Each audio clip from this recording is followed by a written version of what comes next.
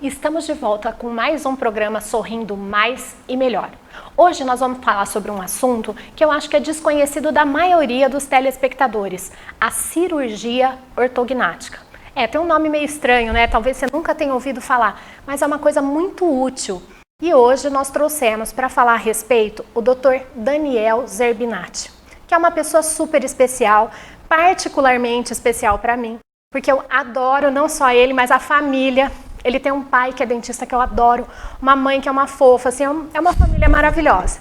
Então, para mim é um prazer estar trazendo ele aqui. Espero que traga mais gente da família ainda, porque eles são ótimos, né? Além de ser uma pessoa super competente.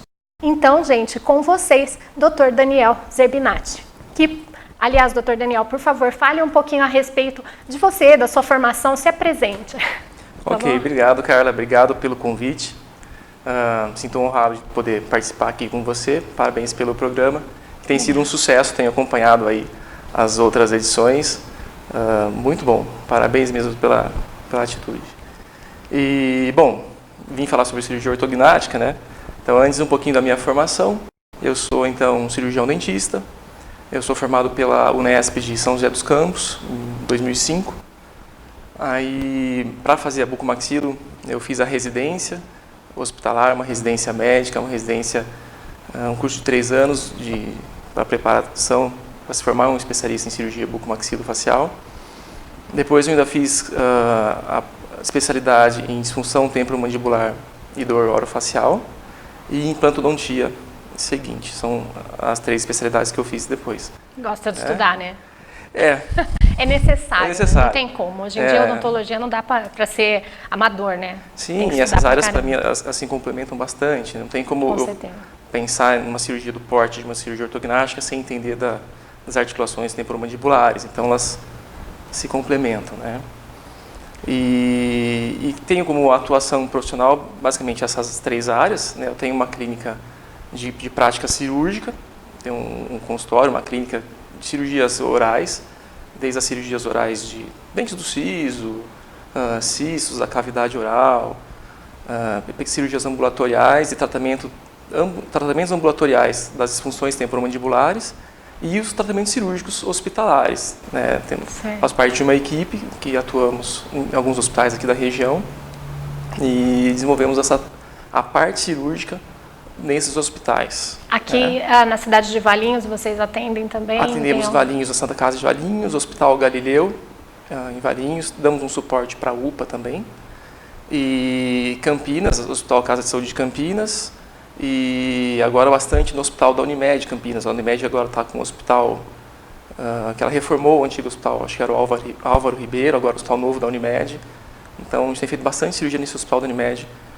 Nós somos cirurgiões contratados da Unimed, sou cirurgião da Unimed Campinas. Então é possível fazer a cirurgia ortognática pelo convênio da Unimed? Sim, por todos os convênios, na realidade por todos os convênios. A Unimed Campinas, em especial, tem um contrato conosco e com outros cirurgiões que ela faz a cobertura total do procedimento, com pagamento de materiais, internação, equipe e tudo mais. Os outros convênios também pagam a cirurgia ortognática hoje. Antes era um pouquinho mais burocrático, hoje não. Os convênios liberam o procedimento, pagam a parte de materiais, só que alguns convênios não liberam a parte de honorários, nem dos cirurgiões e às vezes nem dos anestesistas, mas já é grande coisa. Com certeza. Já é grande coisa. E me explica, o que é a tal da cirurgia ortognática, né? Sim, o nome é meio esquisito, né? Ortognática. Basicamente é uma cirurgia para corrigir as deformidades dentofaciais. Se você pensar mais simples um pouco, deformidades apenas dentárias, erros de posições exclusivamente dentários, a ortodontia e a ortopedia funcional, essas especialidades vêm para ajudar a corrigir a posição dentária. Quando existe associado uma discrepância do esqueleto da face, dos arcos dentários, as bases ósseas estão em posições inadequadas por problemas de desenvolvimento, ou desenvolveu demais ou de menos, ou mais para um lado ou para o outro, é necessária a correção da base óssea também, não só a parte dentária. Então a cirurgia ortognática vai devolver o posicionamento adequado dessa base óssea e, consequentemente, dos dentes do paciente. Então, ela é uma cirurgia funcional, com uma consequência estética muito interessante e muito importante. Em geral, o paciente que é submetido a uma cirurgia ortognática, ele tem como resultado um benefício estético muito bom, fica muito mais bonito, um perfil muito mais agradável depois de uma cirurgia ortognática. Certo, mas no caso, a indicação, ela não é feita pela estética. Assim, direto, tipo, a pessoa fala assim, eu não gosto do meu rosto e eu quero fazer uma ortognática. Ou ela vai, só chega nesse diagnóstico se ela tiver problema funcional. Não, os dois. Os dois Tanto andam juntos. pode vir pela via estética quanto pela via... Sim, os dois andam juntos. Muitas vezes o paciente tem um problema estético, ele percebe isso, família, amigos, mas ele não sabe que aquilo também é um problema funcional. Também existe o inverso. O profissional enxerga um problema funcional grande em determinada situação, mas o paciente ele enxerga mais a queixa estética do que a funcional. E a gente explica para ele que tem toda uma consequência funcional envolvida que merece ser corrigida. Né? Eu trouxe algumas imagens para a gente conversar para mostrar durante a nossa conversa, que podem exemplificar, né, um pouquinho do que é estético, o que é funcional, o que é os dois, né? Por exemplo, a primeira imagem, eu trouxe para você, Carla, para a gente só ilustrar um pouquinho, algumas imagens de autores famosos, não são pacientes meus, no caso, as minhas imagens são do livro do Ellis, que é um autor famoso mundialmente, né? Certo. Então, não trouxe nenhum paciente meu, porque é da região, não quero expor os pacientes. Sim, tá? claro. Então, são imagens públicas aí de livro, né, publicadas. Então, por exemplo, uma moça, do seu lado, as duas imagens do seu lado são pré-tratamento. Certo, à esquerda, a gente vai falar direita e esquerda, porque às vezes a imagem não está atrás da gente. Tem hora que ele vai colocar, de repente, só a imagem e a voz. Ali ao esquerdo, né? sim. Então, ao lado esquerdo... Do lado esquerdo são as imagens pré-cirúrgicas.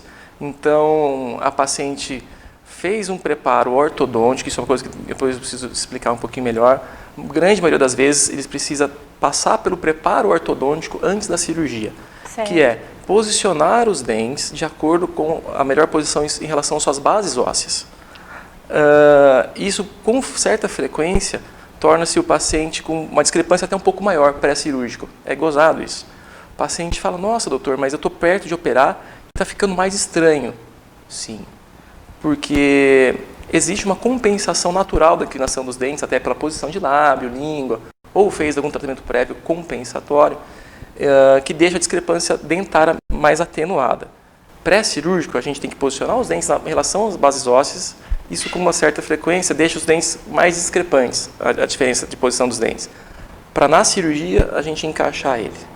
Quer dizer, o organismo ele tenta resolver o problema de uma maneira dental. Sim, só que o problema é ósseo e o dente não consegue chegar onde ele deve. Então, na hora que ele vai para o local que ele deveria estar, a gente vê mais ainda a discrepância. Sim, fica mais exacerbado. Entendi. Então, por exemplo, essa paciente aqui do lado esquerdo, ela tem ainda nessa imagem um pouquinho de inclinação dos incisivos inferiores, detalhes técnicos aí, mas percebe-se que a mordida na frente dela é cruzada, é o contrário. Os dentes inferiores... Os dentes de baixo estão em frente aos dentes de cima, né? Exato. Alguns pacientes falam, nossa, doutor, eu mordo igual um cachorrinho shih tzu, sabe? Morde ao contrário. Ao contrário. E, então, a ortodontia não tem mecânica suficiente, não tem base óssea suficiente para reverter esse quadro só com o aparelho ortodôntico. Porque teria quase que fazer o paciente nascer de novo, né? O dente tinha que ir um tanto assim para trás. E se o movimento é muito, tira o dente da base óssea. Então, tem que ser feita uma ortodontia com bastante cautela. Planejado o preparo desses casos são preparo que a gente demora muitas horas de estudo em cima de um caso, mas muitas horas mesmo, medindo ângulos, né?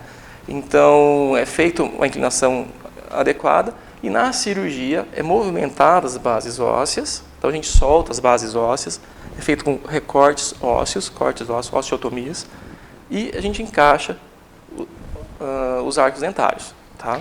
Gente, só para vocês entenderem, na ortodontia, ortopedia, o que vão ser movimentados são os dentes, né? Os dentes serão modificados, muda de posição, são acertados. Na cirurgia ortognática, o que é movimentado é o osso, né?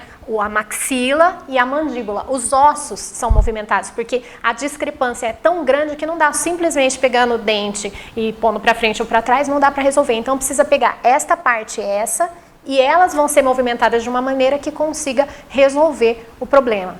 É isso? Sim, perfeito, cara, perfeito. Então, no caso dessa moça, é uma discrepância até que pequena, tá? Não é muito exagerada, mas é notável. Se você olhar a fotinho de perfil dela, na foto de perfil é mais, dá para observar melhor, né? O queixinho era para frente, maior, né? Isso. E uma queixa muito comum é o queixo para frente. O paciente vem falando, doutor, eu tenho o queixo grande. É uma queixa muito comum. Mas o paciente dificilmente percebe que, além dele ter a mandíbula aumentada, ou até mesmo o mento, que é o queixo, ele também tem deficiência da maxila. Isso é muito comum. Então, se a gente observar essa paciente, observa que aqui nela é fundinho, né? Aqui é a parte de maçã do rosto, essa parte de lábio superior, a gente chama de deficiência de maxila, ou pobre de maxila. Isso dificilmente é observado nos pacientes que a gente chama de perfil classe 3, que é o paciente de mandíbula aumentada. Normalmente isso é associado a mandíbula grande com a maxila pequena. Então, na cirurgia é necessário fazer uma inversão, tá? Então, traz a maxila para frente e a mandíbula para trás e encaixa os arcos dentários. Tem um resultado estético muito bom. Tá? O tecido ósseo, no fim, talvez nem seja tão grande, né? Muitas vezes ele está mal posicionado. Exatamente. Né? De repente não é nem queixo grande, é queixo fora do lugar. Fora do lugar. Simplesmente. Aí, aumentado. A gente faz o recuo da mandíbula e às vezes não mexe na pontinha do queixo. Às vezes não é o queixo, é todo o corpo da mandíbula. Às vezes a gente mexe na pontinha do queixo também, no mento. Tá? Então, mas o avanço da maxila é muito interessante. Dá um resultado estético muito bom. Realmente o resultado é visível. Sim, gente, visível. O papo tá ótimo, mas nós vamos ter que chamar os apoiadores culturais. Daqui a pouquinho nós voltamos com mais cirurgia ortognática para vocês, tá joia? Até daqui a pouco.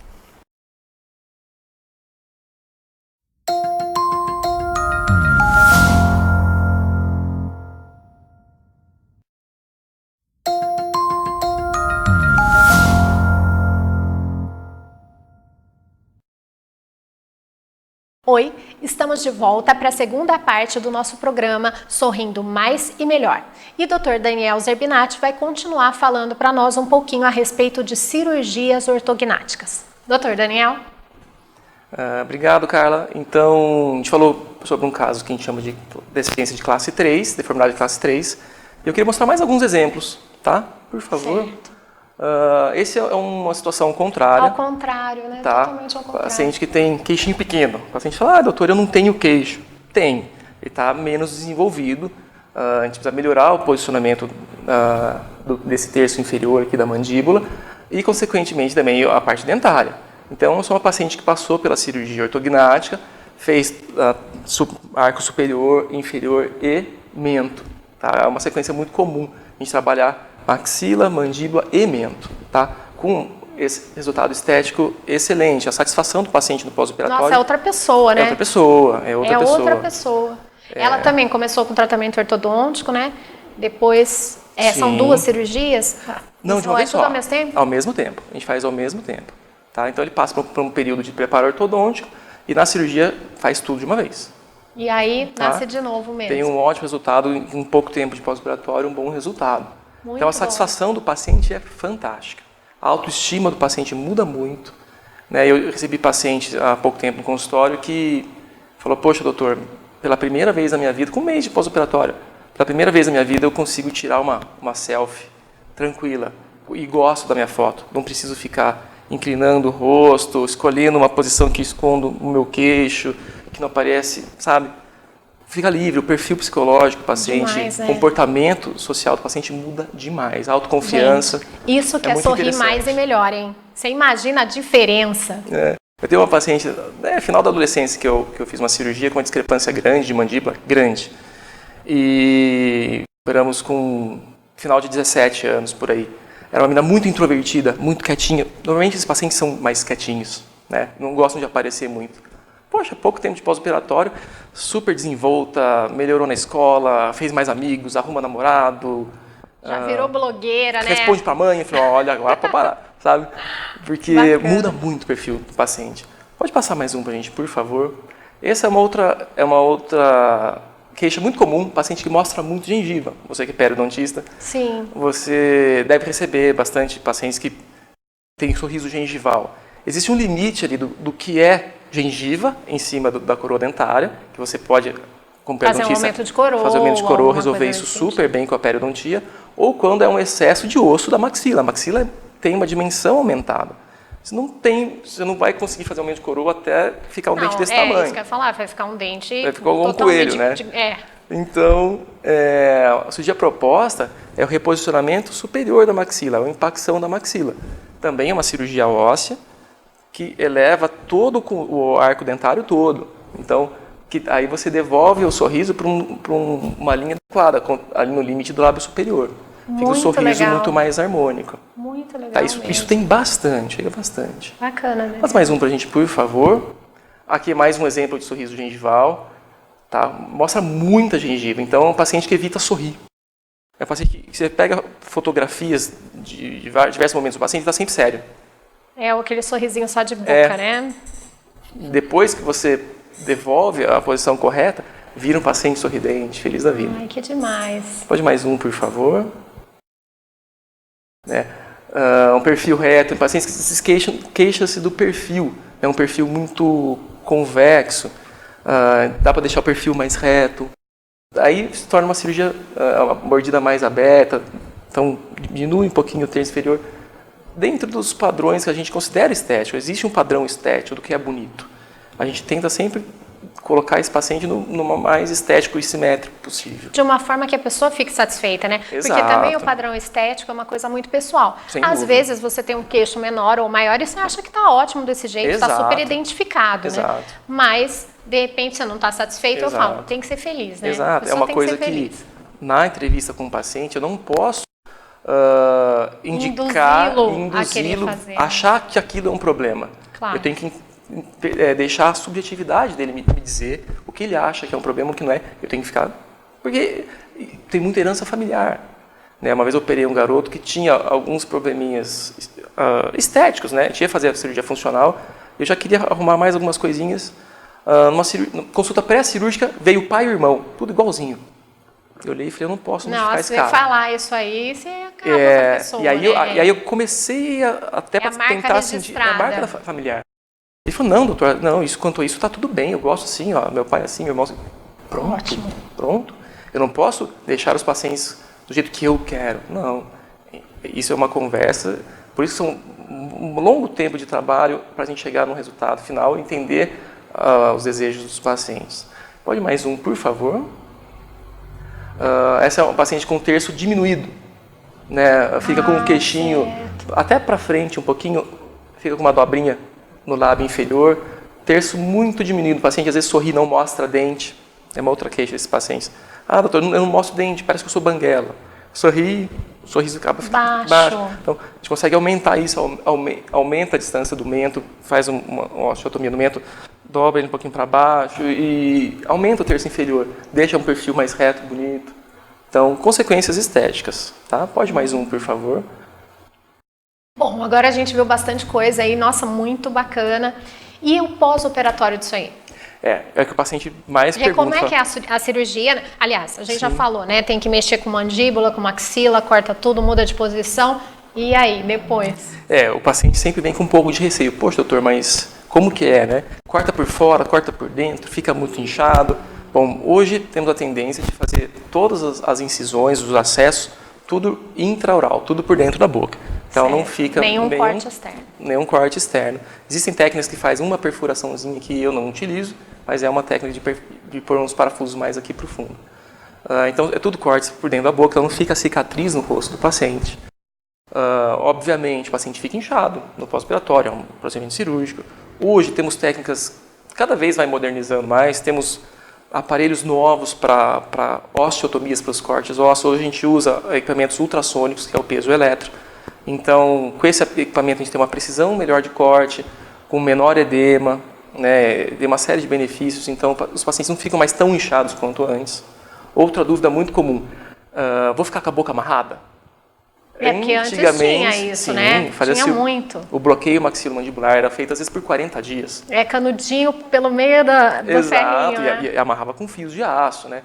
Isso acontecia porque a gente não tinha bons sistemas de fixação óssea antes. Precisava que nem engessar um braço, engessar um membro. Hoje não. A gente tem mini placas de titânio que garantem a fixação do osso. Então, posso deixar meu paciente sem estar amarrado. O que a gente usa, às vezes, no pós-operatório são elásticos. Põe elastiquinhos como o elástico da ortodontia para garantir que a consolidação óssea ocorra e os dentes mantenham um bom engrenamento dentário. Mas o paciente pode tirar esse elástico para se alimentar, falar, e mantém o elástico por um período curto, depois fica sem elástico. Alguns nem elásticos usam, tá? Então, fica um pouquinho inchadinho e por algumas semanas depois já volta ao normal. O resultado final pode demorar alguns meses de redução total do edema, depende de cada paciente e de cada procedimento. Mas em torno de um mês e meio, já tem um ótimo resultado. Já dá para sair na rua exibindo. Sim. Uma outra pergunta que o paciente costuma fazer é em relação à parestesia, ou seja, a falta de sensibilidade do lábio inferior. Isso é uma consequência comum da cirurgia mandibular. A gente faz a secção da mandíbula e dentro passa um nervo que vai dar sensibilidade para essa região do lábio. Tá? Então, é uma região que a gente manipula o nervo, tanto no deslizamento da mandíbula quanto no transoperatório. E o paciente pode ficar com a sensação de lábio dormente por algumas semanas, às vezes estende-se a meses. Tá? É algo comum devido ao acesso que a gente precisa abrir a mandíbula ao meio. Tá? Mas tem uma boa recuperação, na grande maioria dos casos, recupera-se muito rápido. É o custo-benefício, esse é o custo, né? Exato, mas o benefício... Exato. Mas nenhum paciente reclama disso. No pós-operatório, o benefício, como você disse, é tão grande, funcional e estético, que isso não incomoda nem um pouco o paciente. Joia. E uma coisa, a gente está conversando aqui, né? Você está dando as dicas. Se por um acaso alguém tiver uma dúvida, quiser entrar em contato com você, você tinha falado no começo do programa onde você trabalha, onde que a gente consegue ter contato com você? Eu tenho minha clínica, meu consultório particular. Eu posso deixar o contato aqui para vocês, deixo um contato de e-mail também, tá? Para alguma dúvida, se a gente quiser conversar, estou à disposição. Nossa equipe também atua na São Leopoldo Mandi, que temos um curso de especialização na São Leopoldo para atendimento à população, e também a Sociedade Brasileira de Cirurgia Bucomaxilo, a qual eu pertenço, é a sociedade que rege a especialidade. Atualmente ocupo o cargo de vice-presidente, então a Sociedade Brasileira também recebe perguntas, questionamentos de pacientes, às vezes de colegas, também faz essa orientação. Também fazemos a orientação, tá? Joia. E o que mais que tem aí? Que eu sei que tem mais umas coisas que você trouxe. Algo que mais recente para a cirurgia ortognática tem sido os planejamentos virtuais, tá? Então faz parte daquela tecnologia. Então hoje, através do exame de tomografia do rosto todo, escaneamento dentário, a gente consegue planejar toda a cirurgia no computador antes. Então a precisão da cirurgia está muito boa. A gente opera o paciente antes num software, num computador. E essas imagens são do software? Sim. Então, esses aqui são de escaneamento dentário, e a gente sobrepõe o escaneamento dentário na tomografia e opera os pacientes. Pode passar mais uma, por favor? Esse é um planejamento virtual. Então, você tem um paciente ali à esquerda com a discrepância de inclinação do plano oclusal, a imagem inferior já foi operada, a maxila já está alinhada, e aqui um resultado final. A gente faz isso no computador antes, sabe quantos milímetros a gente vai movimentar. Então é uma coisa bem precisa, né? Muito preciso. E o último assunto é o da SAUS, da apneia do sono. Estamos recebendo muitas indicações de pacientes com apneia do sono grave, e que o CPAP, que é aquele aparelhinho para respirar, já começa a não dar conta. O paciente normalmente tem uma série de consequências ruins e até letais da SAUS, da síndrome da apneia obstrutiva do sono.